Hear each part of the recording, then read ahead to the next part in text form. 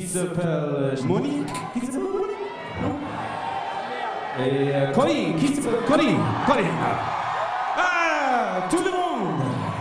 Les Beatles cherchaient à séduire une certaine Michelle. Les membres de Métronomie ont un faible pour Corinne. Ces 4 Anglais dans le vent se produisent pour la première fois sur la scène mythique de l'Olympia. Mais la comparaison avec leurs aînés s'arrête là. En 1964, le public déchaîné avait saccagé la salle.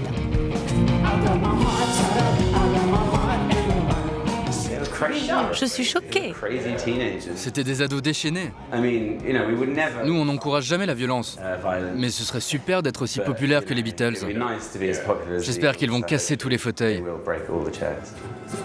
Ce ne sera pas encore pour cette fois. Mais après 10 ans de carrière, Métronomie connaît un succès planétaire. Leur 3e album, sorti en avril dernier, a fait l'effet d'un raz-de-marée. Impossible de passer à côté de ce tube, The Look, sur lequel le monde entier a dansé cet été.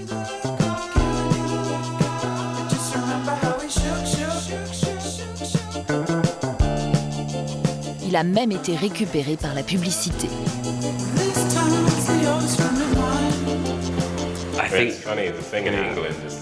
Ce qui est marrant en Angleterre, c'est qu'ils utilisent nos chansons à la télé, parfois pour les paris, pour annoncer les résultats du foot, ou dans les sitcoms, à la radio, en fond sonore. Ça peut en effet laisser présager d'un certain succès avant même qu'il arrive. Mais pour nous, le succès est bien plus évident quand on vend des places de concert. Car auparavant, il est déjà arrivé qu'on utilise notre musique.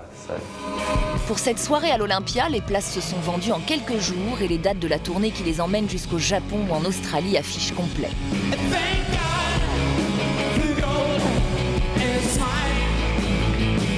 En apparence, les mélodies élaborées par le leader du groupe, Joseph Mount, ont quelque chose d'une pop sucrée, fraîche et ludique. Mais cette touche électronique lui confère une atmosphère plus raffinée qui plaît de 7 à 77 ans. Pour la première fois cette année, il y a des gamins de 15 ans devant. Et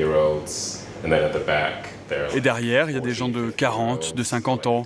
Le père qui vient avec son fils. On n'a jamais essayé de cibler qui que ce soit en particulier. Tout ça arrive un peu par accident et personne ne nous a étiquetés, ce qui est vraiment une chance. L'esthétique est un autre point fort de Métronomie.